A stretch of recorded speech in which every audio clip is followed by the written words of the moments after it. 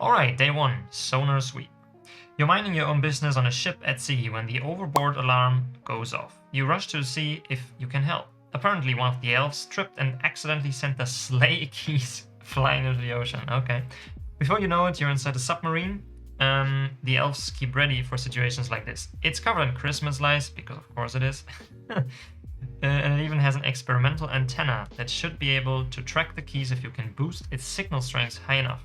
There's a little star meter that indicates the antenna's signal strength by indicating 0 to 50 stars. As the submarine drops below the surface of the ocean, it automatically performs a sweep of the nearby seafloor. On a small screen, the sonar sweep report, your puzzle input, appears. Right, so we get these numbers right here as the input, okay. Each line is a measurement of the seafloor depth as the sweep looks further and further away, from the submarine. For example, suppose you had, okay, so as far as I understand, this is just like how far this meters or whatever this unit might be to the seafloor, and we like move this sweep forward and backward or away from the submarine such that likely it increases. This reports that scanning outward from submarine, the sonar sweep found. The first order of business to figure out how quickly the depth increases, just so you know what you're dealing with. You never know if the keys will get carried into deeper water by an ocean current or a fish or something. Right, so if we hit someone that is closer, even though we get further away, we would probably see it on the sweep.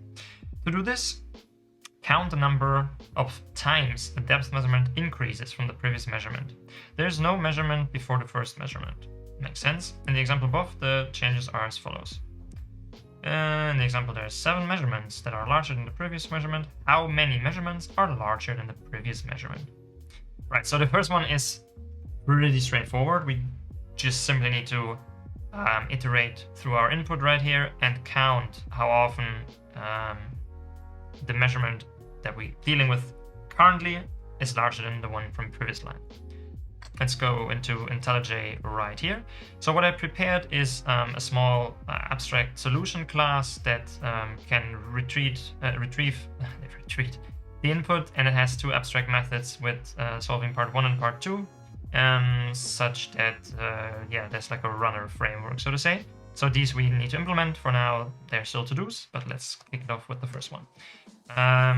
Let's go. So input will be like everything, with the new line still in place. So the first course of action I'm going to do is get the lines. For that, I created one helper method in the solution class right here that just splits input with multiple lines into each line separately into one string, and gives us back as an ordered list of strings. So if we give the input to that, we have our lines right here. This is a list of string. So right, let's see. Right, so what I'm going to do now is iterate over this for line in lines. Although we want each of them as an integer, that will make a lot more sense. So we will first quickly say toInt. Of course, this could fail, but since, well, the input is pretty well defined right here, we presume this not happen. Also, all of them are 4-digit, so we can also not have an overflow in our integer. So this is an int. And now this is line, it's not maybe measurement. Now we simply need to say we need a counter of some sorts. That is 0. I made it a var because we of course need to mutate it. And now we just simply say if, so we need the previous measurement and the current one, but this will suffice. So if we just here keep previous measurement, that is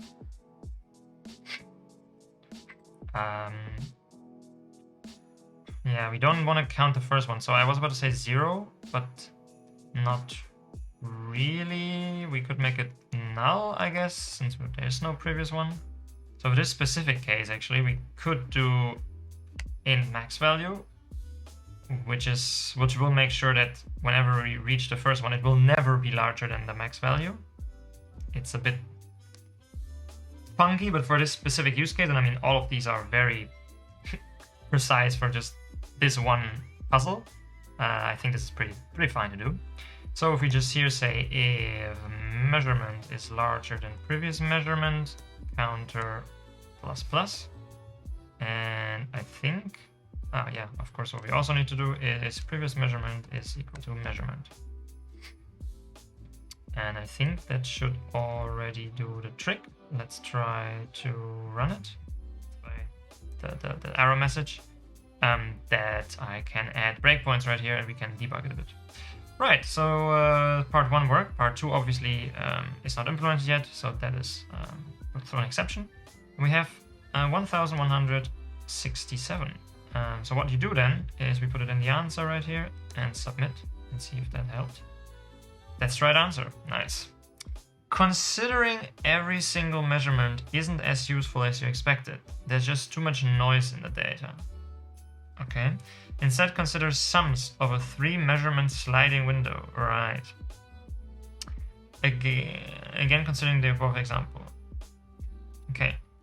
Start by comparing the first and second 3-measurement windows. Start by comparing the first and second. Right. The measurements in the first window are marked A. Okay. And their sum is this, so these together, that does make sense. The second window is marked B. Alright. Its sum is that. That's also cool. The sum of measurements in the second window is larger than the sum of the first, so comparison increased. Right, so I think we do the same, but with the windows. Your goal now is to count the number of times the sum of measurements in the sliding window increases from the previous sum. So compare A with B, then compare B with C, then C with D, okay, and so on. Stop when there aren't enough measurements left to create a new measurement sum. In the above example, the sum on... Okay. So we do the same, but with sliding windows. Right. But this Kotlin has a really nice function in the collections API. So let's see if we can make use of that. We have our measurements. Yes, but what we now want to do instead first is get